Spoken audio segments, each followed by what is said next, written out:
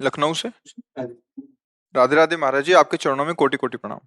महाराज जी, हम जीवन में पूर्ण सफलता कैसे प्राप्त करें?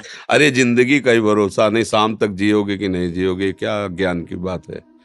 लाइफ में बहुत ऊंचे कहाँ जाओगे, पटक दिए जाओगे ऊंचे से।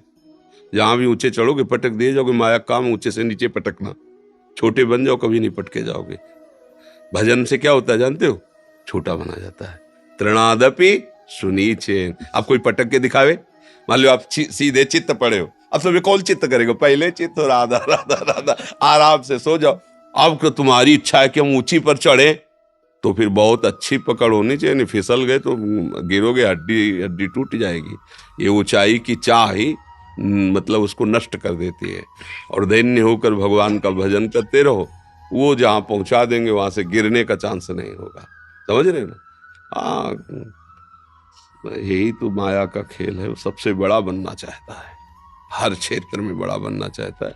ये दोष भी नहीं, क्योंकि बहुत बड़े का बच्चा है ना, बड़े का भगवान का बच्चा है ना, तो भगवान सबसे बड़े है ना, वो सबसे बड़ा बनना चाहता है। पर इस मार्ग में बड़ा बना जाता है सबसे छोटे बन के। जो जितना छोटा बन गया उतना ही बड़ा बन गया।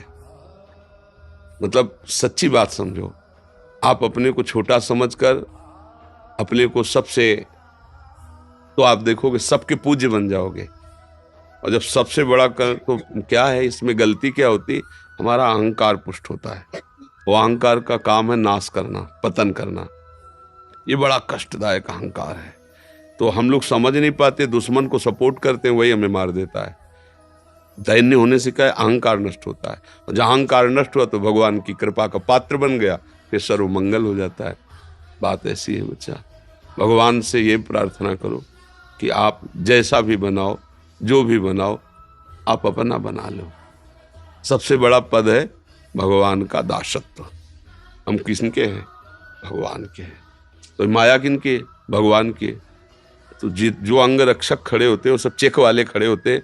सरकारी तो है ना, और सरकारी बिल्ला लगा हो, वो सलूट मारेगा।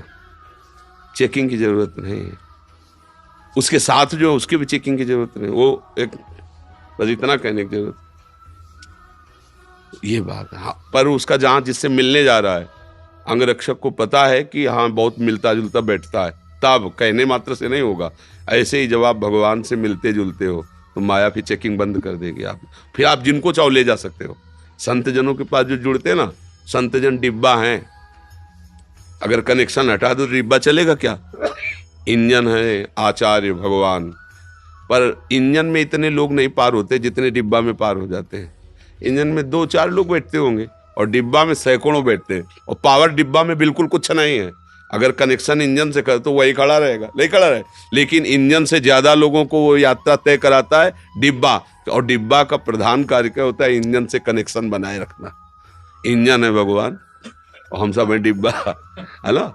और जब उनसे कनेक्शन है तो पार हो गए। अगर उनसे कनेक्शन नहीं तो वहीं खड़े रहोगे, जहां से कनेक्शन हटा वहीं खड़े हो। तो अब हम लोग लौकिक उन्नति की तरफ दृष्टि रखते हैं, तो लौकिक उन्नति का परिणाम अंतिम बताओ। अंतिम परिणाम लौकिक उन्नति। सिकंदर जैसा बादशाह जब जा रहा था तो उसने यही कहा था, जब शरीर पूरा हो तो मेरे हाथ ऐसे खोल लेना। कि इतना पराक्रमी, इतना सब कुछ समेटने वाला, आज खाली हाथ जा रहा है, कुछ नहीं है उसके पास। मतलब बादशाह था, सिकंदर नाम से लोग थर्राते थे, वो ऐसे चला। इससे ज्यादा उन्नति तो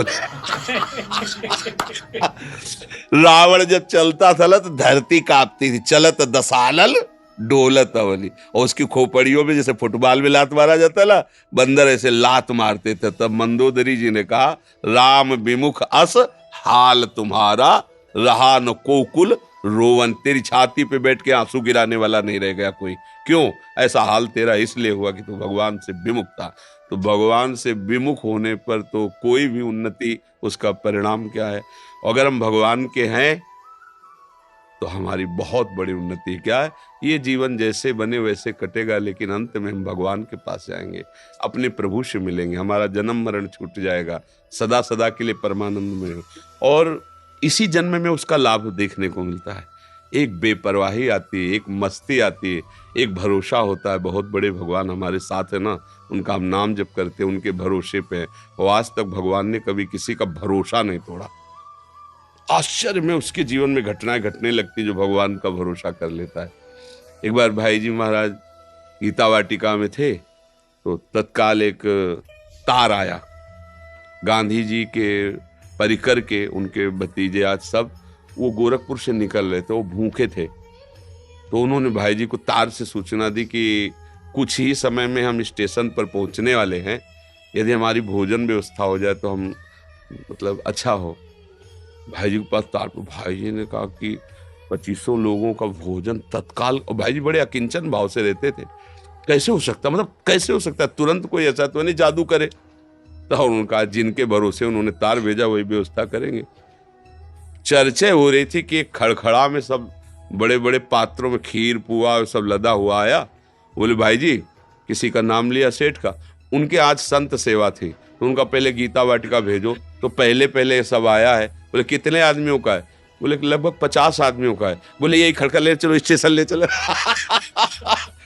वो उतरे बाद में, भोजल वहां पहले पहुंच गया। ये क्या है? भगवान का भरोसा। उधर से मांग आ रही, इधर से वो भेज रहे हैं, अपने निमित्त मात्र हैं। अगर अपने ऊपर भार लेंगे तो चिंतित ही रहेंगे, और उनके ऊपर भार दे देंगे तो योगक्षेमम वहम में हम वो वहन कर लेते हैं। इसलिए मुझे लगता है कि उन्नति इसी में है कि हम भगवान के चरणों का आश्रय लेकर उनके भरोसे से होकर जो भी कार्य करें, पढ़ाई लिखाई नौकरी व्यापार, उसमें अगर हम सफल होते हैं तो श्री जी की जय हो, और उसमें हम फेल हो जाते हैं तो श्री जी की जो कोई मंगल विधान होगा प्रभु का, ऐसी भावना से भक्त चलता है, वो विजय को ही प्राप्त होता है, परिणाम उसका विजय ही होती है। जैसे महाभारत में देखो, कौरवों का नक्शा है और बन बन भटकना पड़ रहा है इन महारथियों को। 12 वर्ष का वनवास, 1 वर्ष का अज्ञातवास, क्या क्या कष्ट सह रहे हैं। धर्म में चलने वाले को थोड़ा कष्ट तो, लेकिन सिंहासन आरूढ़ कौन हुआ अंत में? महाराज युधिष्ठिर, धर्मराज युधिष्ठिर हुए और कौरवों का वंश विनाश हो गया। तो अगर हम धर्म से चले तो वास्तविक उन्नति मिलेगी। थोड़ा कष्ट तो हो सकता है, वो भी हमारे पाप हैं, उनका नाश हो रहा है, इसलिए ऐसा नहीं कि भगवान दे रहे हैं, नहीं नहीं नहीं, वो हमारे पूर्व के किए हुए पाप है, उनका क्षय हो जाएगा तो हमारे जो वर्तमान के पुण्य हैं, सुकृत हैं, वो हमें मंगलमय कर देंगे। तो इसलिए बच्चा, उन्नति तो भगवान के चरणों में समर्पित होने पर है। हमारी दृष्टि में लौकिक उन्नति कोई उन्नति नहीं है। यदि भगवान से सत्यता में हमारा जुड़ाव हो गया है तो कोई जाने न जाने, विश्वात्मा भगवान तो जान रहे हैं ना। अगर भगवान से संबंध नहीं, संसार सब जान रहा है, तो इसकी ऐसी दशा है, ये 1 मिनट सिंहासन में रख के आपको पूजेगा, दूसरे मिनट नाली में फेंक देगा। संसार का स्वरूप है? उसकी तो दृष्टि है नहीं, वो जैसा सुनता है, जैसा देखता है, वैसे ही करता है। तो वास्तविक है कि हम भगवान की शरण में वो उन्नति जब देंगे, वो स्थायी होगी। तो हमें लगता है भगवान का भजन ही सबसे बड़ी उन्नति है।